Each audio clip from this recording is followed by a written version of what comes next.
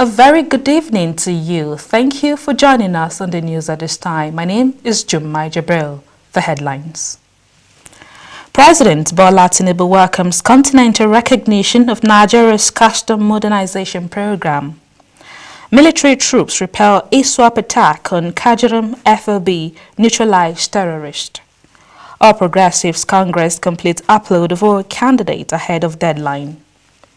Abuja market stakeholders applaud FCT Minister's infrastructural development drive.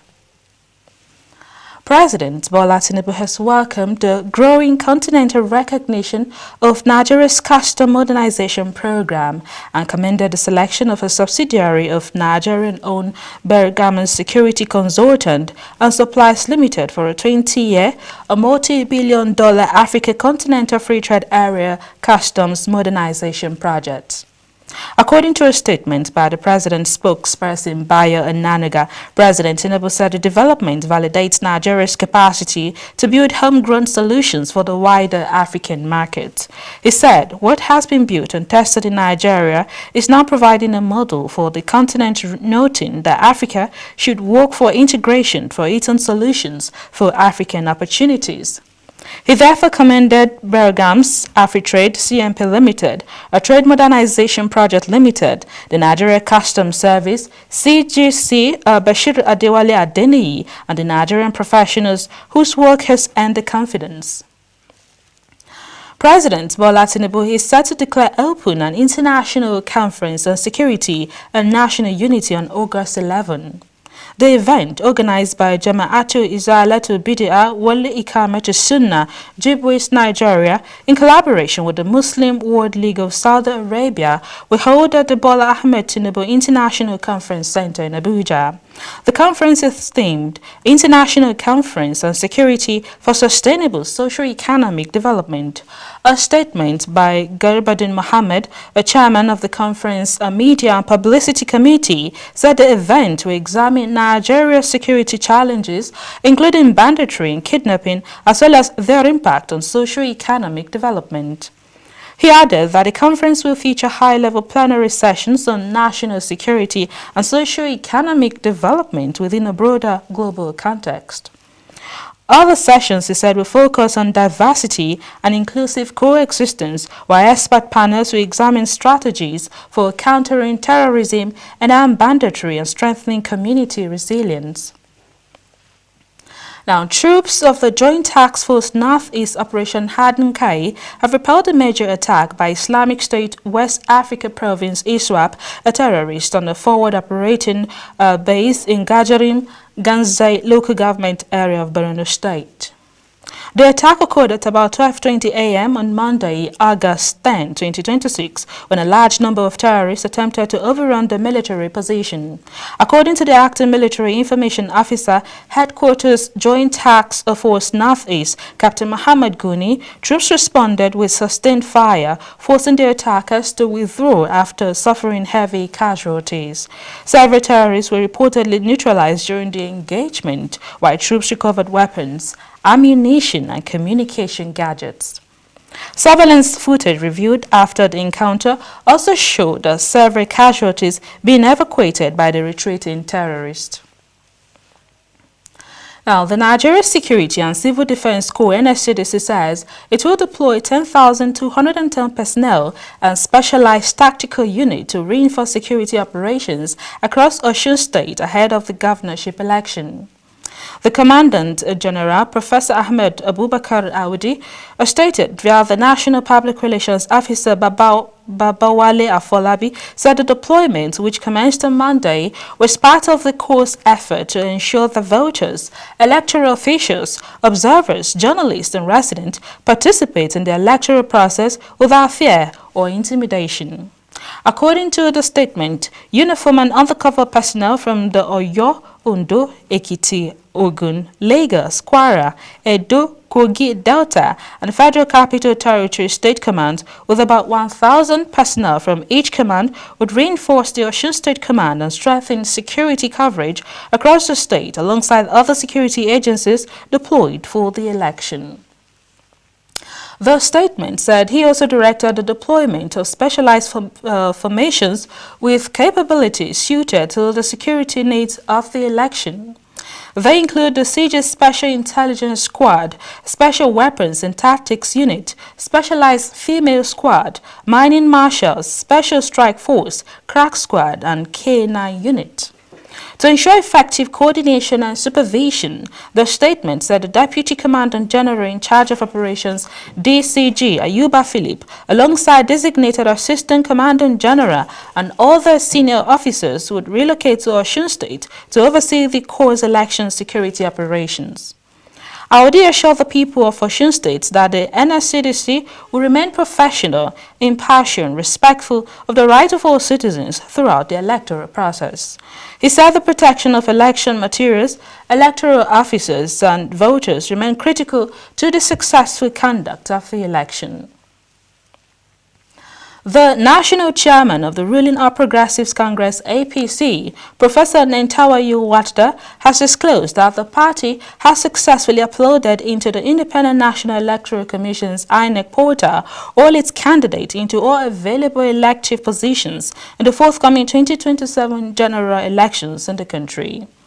The national chairman disclosed this at the weekend after the successful completion of the exercise, well ahead of the deadline initially set by the Independent National Electoral Commission, INEC.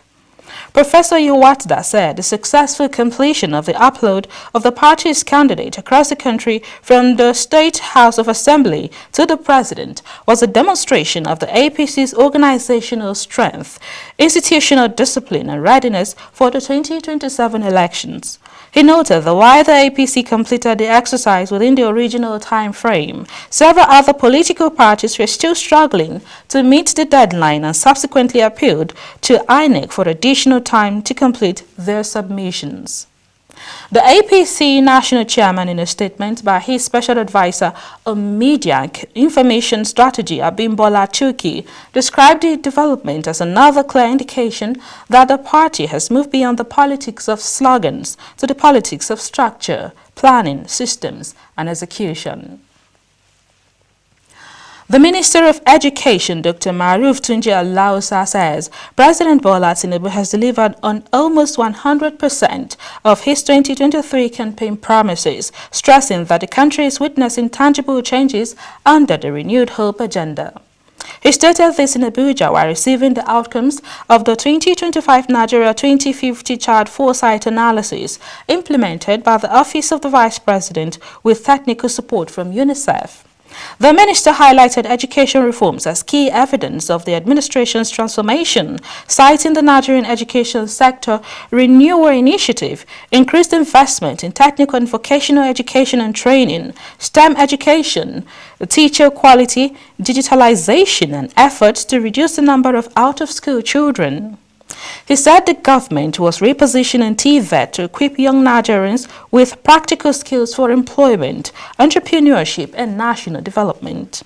Alausa also disclosed that the federal government was expanding access to medical and nursing education by increasing training capacity in existing teaching hospitals, federal medical centers, and specialist hospitals. According to him, the initiative is aimed at addressing skill shortages, reducing pressure on young Nigerians seeking opportunities abroad, and providing more Nigerians with quality professional training at home. The minister further stressed the importance of reliable data in education planning, noting that government was moving away from assumptions and historical estimate. He said more than 1 million children had been moved from the street into school in the past 2.5 years, while the digitized 2026 annual school census had recorded participation from more than 50% of public schools and 41% of private schools.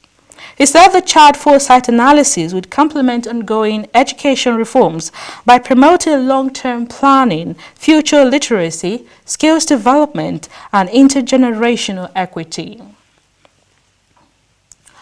The Registrar of the Joint Admissions and Matriculation Board JAMB, Professor Segun Aino, has strengthened the board service compact with all Nigerians unit to resolve all pending cases of complaint. The Registrar directed the Cervical Desk officers to address complaint holistically and promptly.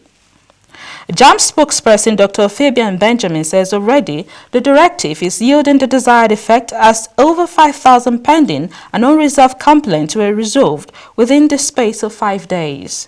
He noted the challenges addressed are in different categories and ranges from such issues as difficulties in creating profile codes by candidates who had previously registered with a particular phone which they no longer have access to. Others are candidates with biometric verification issues, some of which were identified as genuine cases of biometric failures either during the UTME registration or examination exercise. The registrar also extended his scrutiny to the operations of the Central Admission Processing System, where challenges identified included cases of candidates losing their phones, SIMs, candidates that converted from DE to UTME, as well as those omitted from the National Matriculation List after graduation. I know and the Savicom staff also resolved some hitherto interactable payment issues, cases of inappropriate venues, e-pins, technical issues, problems associated with upload of document, and other recurring issues such as change of name, birth, state or local government, amongst others. You're watching ASO Television News. You can watch us live on DSTV channel 392, also on Star Times TV channel 127 and Free TV channel 510. We are also on the UHF band on channel 38, still to come. Abuja market stakeholders applaud FCT Minister's infrastructure development drive. Stay with us for more stories.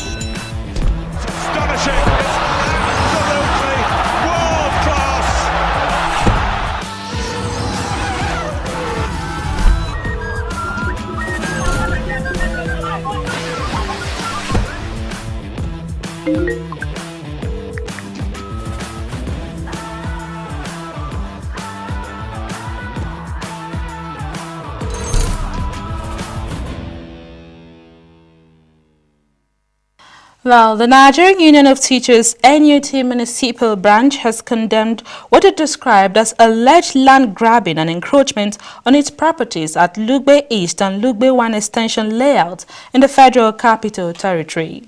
In a statement issued on Monday in Abuja, the branch chairman, Dr. Umar Mohammed Makusidi, while describing the act as a deliberate attempt, called on the FCT Minister, Barrister Ezenwanya Samwike, and the Federal Capital Territory Administration to intervene and protect the properties from further encroachment. At Lugbe East and Lugbe 1 Extension layout, members of the Nigerian Union of Teachers NUT Municipal Branch disclosed that the union is facing what it described as attempts by suspected land grabbers to take over properties allocated to the union. Nigerian Union of Teachers Municipal Branch Chairman Dr. Umar Mohammed Makusidi, represented by the Secretary of the Union, Comrade Percy Ndam, stressed that the affected lands were acquired for the benefit of its members by alleged encroachment to strengthen their ownership and intended development. Nigeria and the way they take teachers like a rat were not anything in the society. People now come in to collect this land or land grabbers that have money more than us, and we have been fighting them. So today we want to cry out to the public to let public know and the government of FCT know we are not ordinary members in the society. We are workers. So we want the public to know that today we want to cry out. Let them come to our. Comrade Percy further emphasized that resolving the dispute through the appropriate government authorities will help restore confidence and prevent confrontation among the parties involved. We have it. This land will possess it. This land will have the document. But our major problem is the minister refused to hear us. The minister refused to pay attention to meet with us. So we want to use the video to beg and talk to the public to come to our aid, so that anybody that have any connection with the minister or the minister himself should know to come and call us. We'll have the whole document. Let him verify whether our land is genuine or not. The union therefore appealed to the FCT Minister Barrister Nyasan Wike and the FCTI to take decisive steps, investigate the allegation and ensure that the rule of law prevails. The Corps Marshal of the Federal Road Safety Commission, FRSC, Malam Shehu Mohammed, says capacity building became necessary to meet the demands placed on law enforcement personnel. The FRCS board, speaking at the opening of the international training in Abuja, informed that 1,000 law enforcement personnel are currently undergoing a 10-day training on stress management and emotional well-being.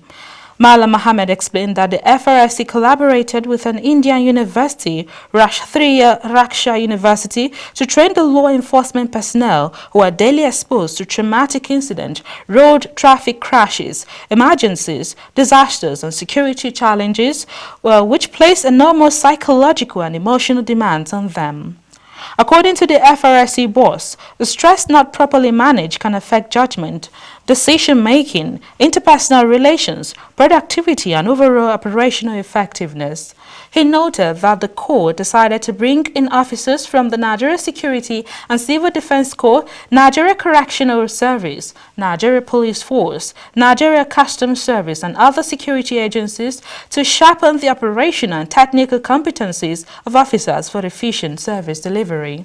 The advisor to the Indian High Colonel Manoj Singh, Commissioner to Nigeria, in a remark noted that India was ready to strengthen its 6 decades of collaboration with Nigeria to enhance the effectiveness of law enforcement personnel.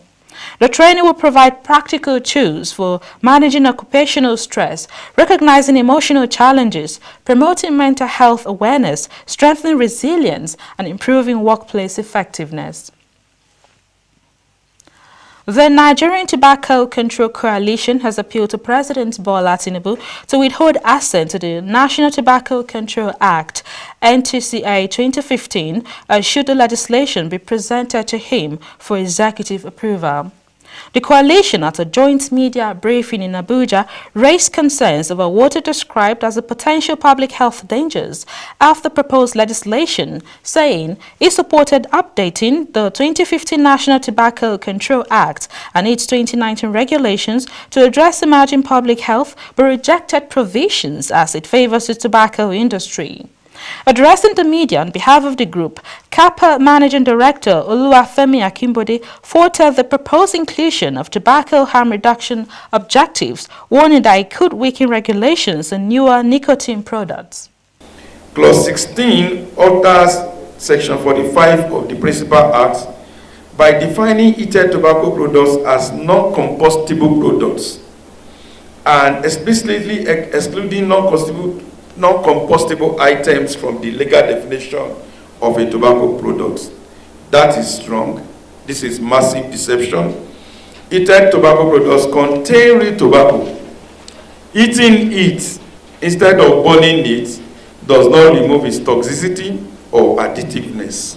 In fact, the WHO is clear that heated tobacco products are tobacco products and must be regulated as such. Reclassifying them will not only set a dangerous precedent across Africa, but will undermine Nigeria's standing in the global public health community. Also speaking, in-country coordinator campaign for tobacco-free kids, Michael Olanio, described the proposed legislation as a major setback to Nigeria's tobacco control effort, warning that it could give newer nicotine products freedoms not enjoyed by conventional cigarettes. The Nigerian health infrastructure cannot bear the burden of diseases, deaths that this bill, if passed, will bring upon us. There is a loophole of product sampling. We are saying that no product usage within enclosed areas. And this law is saying that, yes, do not use products indoors except you are sampling it. So all you need to do to use your product perpetually is to perpetually sample it. So I can just come into a place, sit down here, and then when you say stop, I say I'm only sampling it. Oh, then I can sample it before my children. You can sample it in schools. You can sample it in the hospital. That's what this bill is saying. Moving on from that, there's now the allowance for online sale. In the 2015 law, online distribution and sale by vending machine were prohibited. And suddenly this law is saying that you can sell it online as long as you have verified, systems in place to verify age. The group also pleaded with the National Assembly to record the bill and provide an opportunity for wider stakeholder participation in its review. Operatives of the National Drug Law Enforcement Agency, NDLEA, have arrested 30-year-old businessman Joseph Cyril at Enugu's Akanu Ibiam International Airport. Cyril was intercepted attempting to board an Ethiopian airline flight to Italy, where he subsequently excreted 98 ingested wraps of cocaine weighing 1.510 kilograms. According to NDLEA spokesperson Femi Babafemi, Cyril ingested the drugs at an Oka hotel after arriving from Italy on July 13, 2026. The suspect confessed he agreed to traffic the consignment for 3,500 euros to fund his family's relocation to Germany. According to the statement, the suspect claimed he had been doing business in Italy for years before agreeing to traffic the drug consignment for a fee of 3,500 euros to raise money to relocate to Germany, where his family is based. The federal government has deployed a dedicated passport intervention team to the United Kingdom to process pending, new and renewal applications by Nigerians in the diaspora. The team dispatched by the Nigeria Immigration Service, NIS, on the directive of Olubunmi Tunji Ojo, Minister of Interior, is scheduled to work with the Nigerian High Commission to facilitate passport enrollment and processing. Applicants are required to present their completed application forms and proof of payment during enrollment. The NIS said it will release a detailed schedule for the intervention, including designated cities, dates, venues, enrollment times, and other arrangements. The service urged applicants not to proceed to any location until the relevant schedule has been shared and to monitor the official communication channels of the Nigerian High Commission to the UK for further details.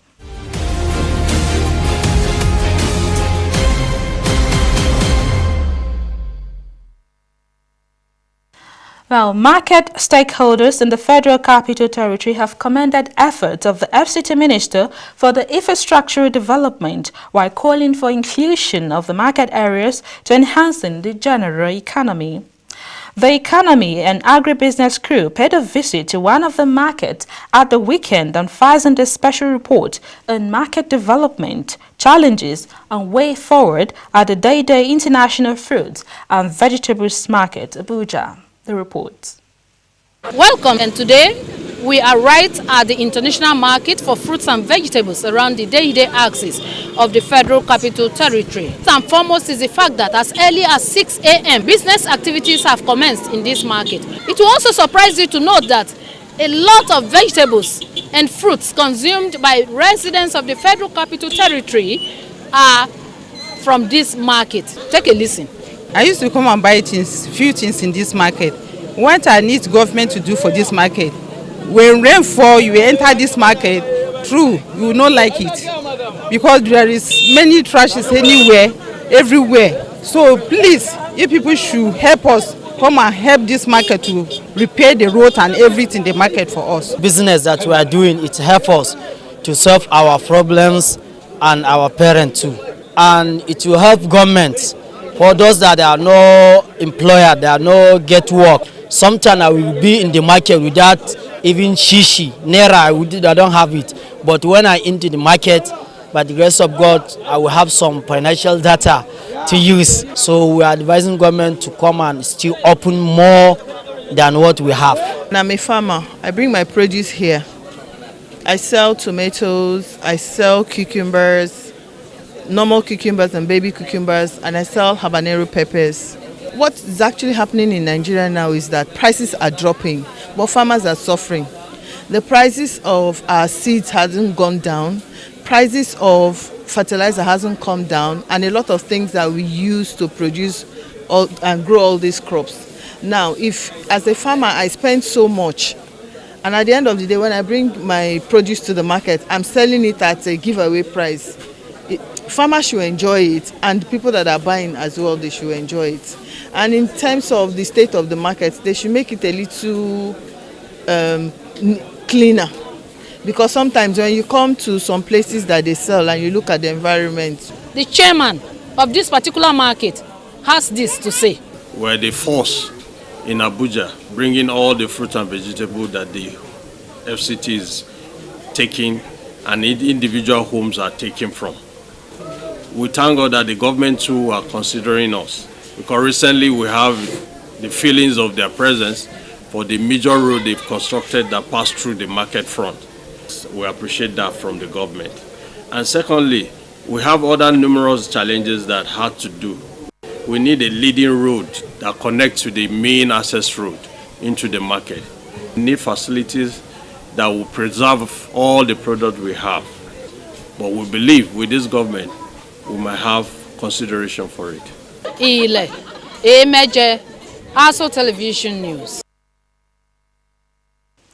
Well, that was a special report well put together by our business correspondent, Ile Emeje. Well done. That's the bulletin, but before we go, let's take a look at one of our major stories. We told you that President Bola Tinubu has welcomed continental recognition of Nigeria's custom modernization program. My name is Jumai Jabril. Thank you for watching. Good night.